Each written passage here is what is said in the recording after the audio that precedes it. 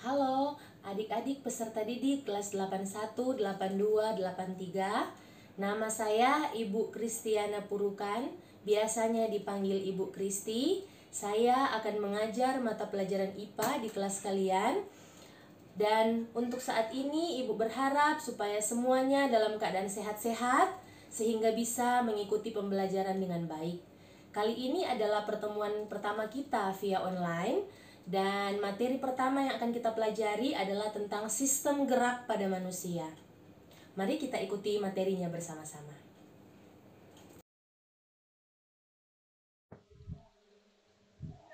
Mari kita perhatikan gambar berikut.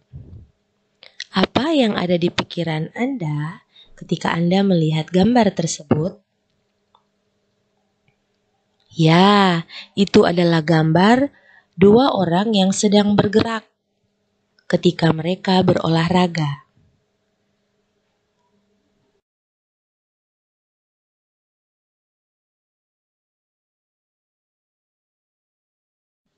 Materi yang akan kita pelajari kali ini adalah tentang sistem gerak pada manusia.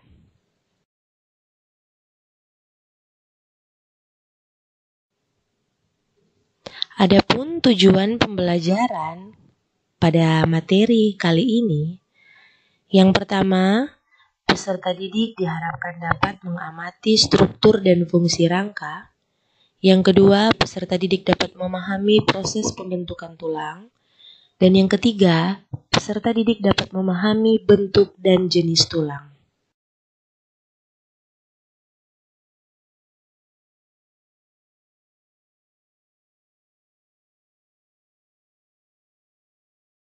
Sistem gerak terdiri dari dua, yaitu sistem gerak aktif, organnya adalah otot, dan sistem gerak pasif, organnya adalah tulang.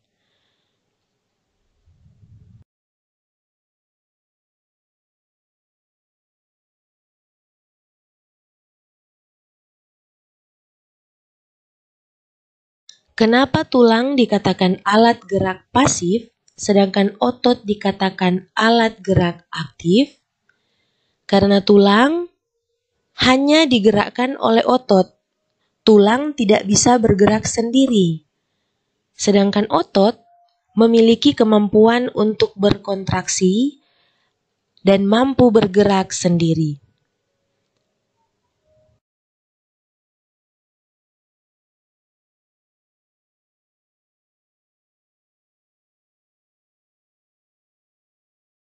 Adik-adik mungkin pernah mendengar tulang dan rangka.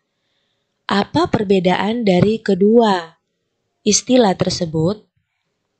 Rangka itu adalah susunan dari beberapa tulang, dan tulang adalah bagian dari rangka. Jadi tulang dan rangka itu berbeda.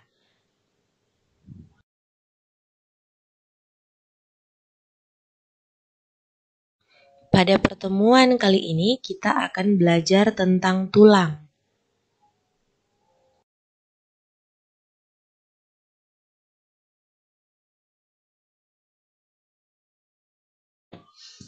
Kenapa harus tulang? Apa sih fungsi tulang dan rangka bagi tubuh manusia? Fungsi dari tulang dan rangka bagi tubuh manusia yaitu yang pertama, tulang dan rangka memberi bentuk untuk tubuh manusia. Adik-adik bisa bayangkan jika kita tidak punya tulang dan hanya memiliki otot-otot saja. Pasti aneh ya.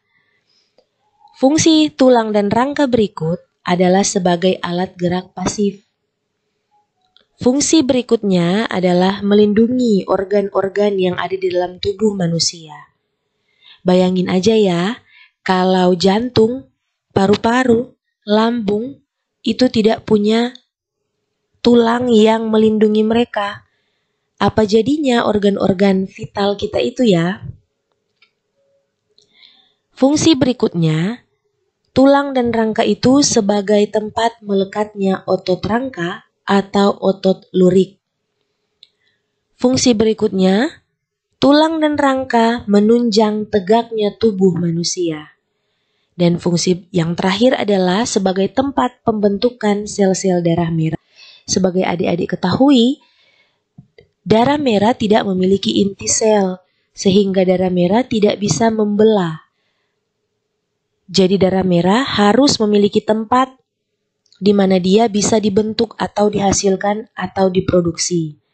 Dan Tuhan sudah menyediakan tempat untuk memproduksi sel darah merah, yaitu bagian dalam tulang yang disebut sumsum tulang.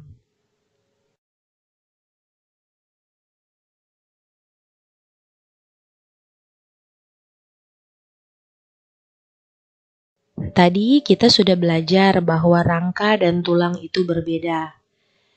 Nah, sekarang kita akan belajar bahwa rangka itu ada bagian-bagiannya juga. Rangka terdiri dari dua bagian besar, yaitu rangka aksial dan rangka apendikular. Di gambar ini adik-adik bisa lihat perbedaannya. Yang bagian berwarna biru ya adik-adik.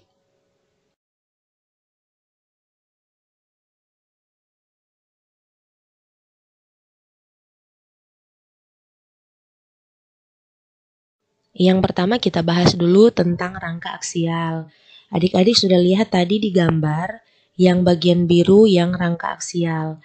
Rangka aksial itu adalah rangka yang terletak pada sumbu tubuh. Terdiri dari tulang tengkorak, tulang belakang, tulang rusuk, dan tulang dada. Tulang tengkorak ini juga terdiri dari 3 bagian, yaitu bagian kepala, bagian wajah, dan bagian pendengaran. Bagian kepala ini terdiri dari 1 tulang dahi, 2 tulang ubun-ubun, 1 tulang kepala belakang, 1 tulang baji, 1 tulang tapis, dan 2 tulang pelipis. Adik-adik bisa lihat sendiri di gambar.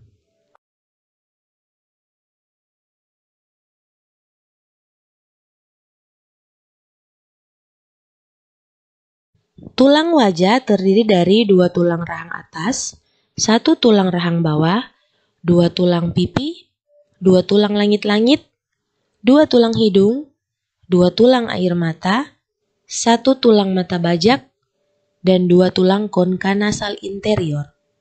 Sedangkan tulang pendengaran terdiri dari 2 tulang martil, 2 tulang landasan, dan 2 tulang sanggurdi.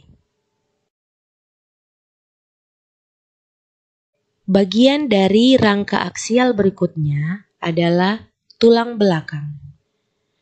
Tulang belakang ini memiliki fungsi untuk menyangga tubuh. Terdiri dari 33 ruas tulang. Yang pertama 7 ruas tulang leher, 12 ruas tulang punggung, 5 ruas tulang pinggang, 5 ruas tulang belakang, dan 4 ruas tulang ekor. Adik-adik bisa memperhatikan pada gambar.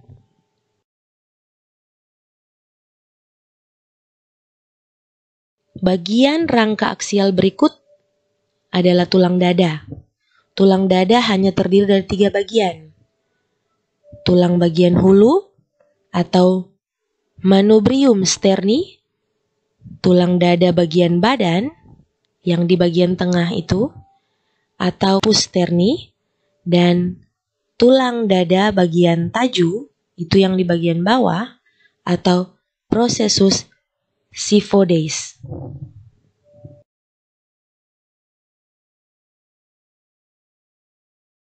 Bagian rangka aksial berikutnya yaitu tulang rusuk. Terdiri dari 7 pasang tulang rusuk sejati, 3 pasang tulang rusuk palsu, dan 2 pasang tulang rusuk melayang. Adik-adik bisa lihat di gambar juga.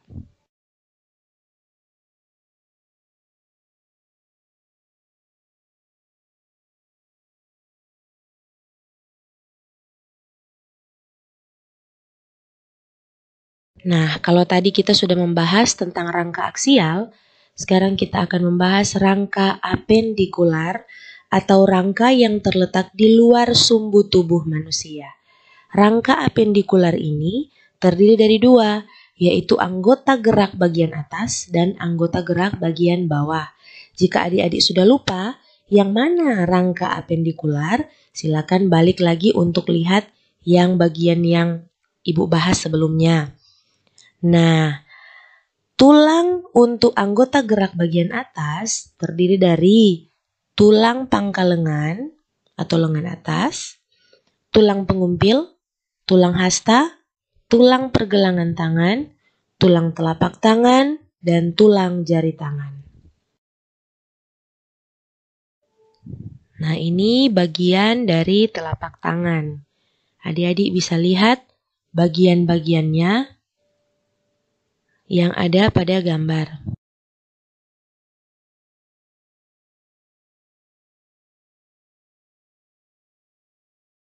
Sekarang kita akan membahas tentang tulang anggota gerak bagian bawah. Terdiri dari tulang kaki dan tulang gelang panggul. Tulang kaki itu juga ada beberapa bagian, yaitu terdiri dari tulang paha, 2 tulang betis, 2 tulang tempurung lutut, masing-masing kanan dan kiri, lalu tulang kering, lalu tulang pergelangan kaki, tulang telapak kaki, dan tulang untuk jari-jari kaki.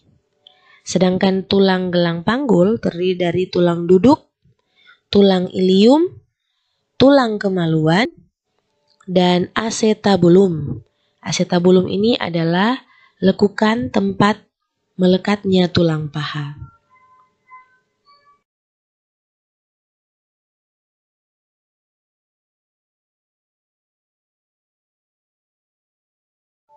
Nah, kalau tadi kita sudah bahas tentang rangka dan bagian-bagian yang menyusun rangka tersebut, tulang-tulang apa-apa saja.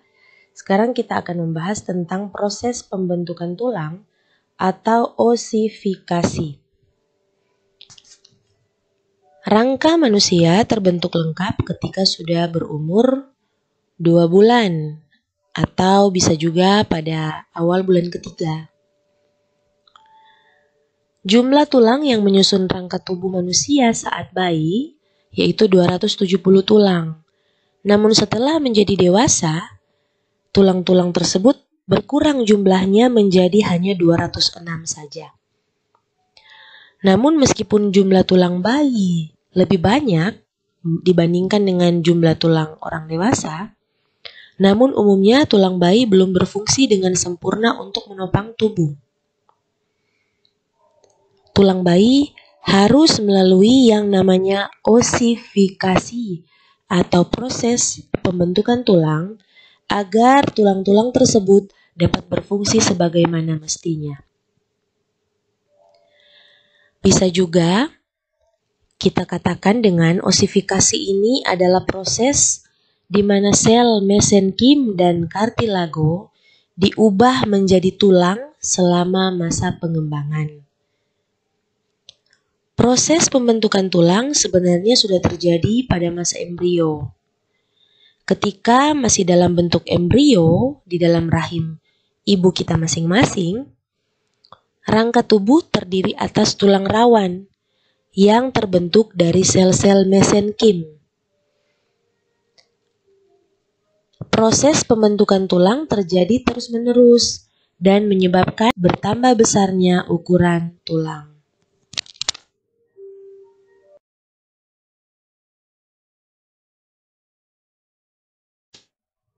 Proses osifikasi terjadi ketika rongga di tengah tulang terisi oleh sel-sel pembentuk tulang. Sel-sel ini dinamakan dengan osteoblast. Sel-sel tulang ini terbentuk secara konsentris, jadi pembentukannya dari dalam keluar sel. Dan ada juga saluran yang terbentuk selama proses osifikasi. Saluran ini dinamakan saluran Havers yang terbentuk akibat adanya sel osteosit yang melingkari pembuluh darah dan sel saraf sehingga membentuk saluran Havers. Ya, proses ini dinamakan osifikasi atau proses pembentukan tulang atau proses pengerasan tulang.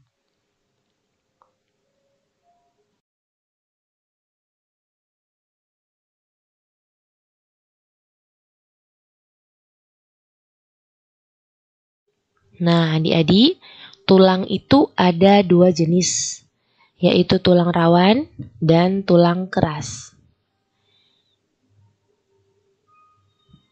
Tulang rawan selnya dinamakan dengan kondrosit.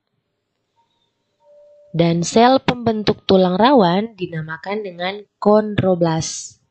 Sedangkan lapisan pembungkus tulang rawan dinamakan perikondrium. Kalau adik-adik masih bingung di mana tulang rawan tersebut, adik-adik bisa meraba bagian hidung, ujung hidung adik-adik. Ya, tulang yang ada di situ adalah tulang rawan, di mana tidak sekeras dengan tulang-tulang yang ada di siku, di pipi, atau di bagian kepala.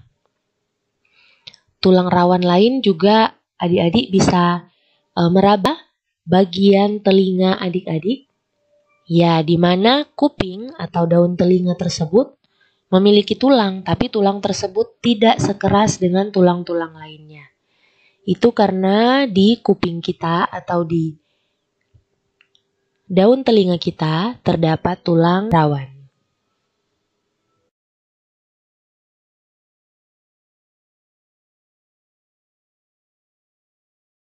Ini adalah macam-macam tulang rawan. Ada 3, yaitu tulang rawan hialin, bening dia, ada di saluran pernapasan, ada di rangka janin. Ya, jadi ketika janin terbentuk di dalam rahim ibunya, rangkanya itu masih berbentuk tulang rawan hialin. Nah, tulang rawan hialin ini juga ada di ujung-ujung tulang rusuk kita. Berikut tulang rawan fibrosa. Dia buram keputihan dan sedikit keras. Ada di hubungan antar ruas tulang belakang. Jadi di tulang belakang kita itu ada tulang-tulang rawan yang menjadi pembatas antara tulang satu dengan tulang lainnya. Berikut tulang rawan elastis. Dia buram kekuningan, letaknya ada di telinga luar atau di kuping, di daun telinga. Ada juga di bagian epiglotis. Ya, kalau tadi kita sudah membahas tentang tulang rawan, sekarang kita akan membahas bagian-bagian dari tulang keras. Bagian yang pertama adalah periosteum, yaitu lapisan terluar dari tulang keras. Bagian yang kedua, tulang kompak, teksturnya padat, sedikit berongga, dan kuat. Bagian berikut tulang spons. Tulang spons ini memiliki lapisan yang berongga dan isinya adalah sumsum merah. Bagian berikut adalah endosteum yang merupakan lapisan yang terdiri dari jaringan areola vaskuler, dan endosteum ini dia melapisi sumsum. Dan bagian yang berikutnya yang paling terakhir adalah sumsum tulang. Sumsum tulang ini adalah bagian tulang yang paling dalam. Dia berbentuk seperti jeli dan fungsinya adalah sebagai tempat pembentukan sel-sel darah.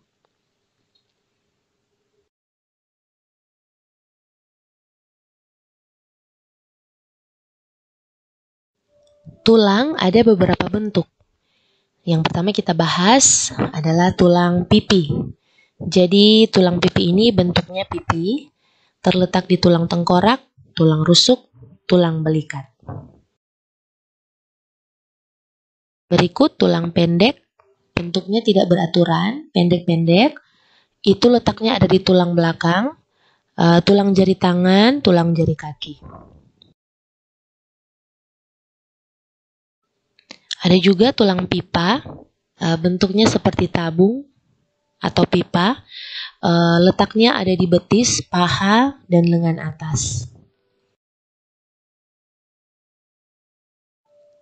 Berikut tulang tidak beraturan. Tulang ini tidak memiliki bentuk spesifik sehingga dinamakan tulang tidak beraturan.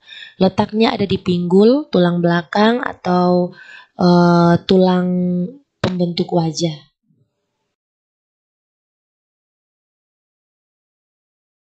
Berikutnya, tulang sesamoid. Tulang sesamoid ini ukurannya kecil seperti biji wijen. Jadi dia berbeda dengan tulang pendek ya. Kalau tulang sesamoid lebih kecil. Dia ada di tendon tangan, kaki, dan lutut. Ya, demikian pembahasan kita pada hari ini tentang sistem gerak pada manusia. Kita awali dulu dengan tulang. Pada pertemuan berikut, kita akan membahas tentang otot dan sendi. Jangan lupa belajar ya adik-adik. Tapi jangan lupa setelah ini juga slide berikutnya ada tugas ya. Tolong tugasnya dimasukkan sebelum hari Jumat minggu depan. Dimasukkan boleh via WA.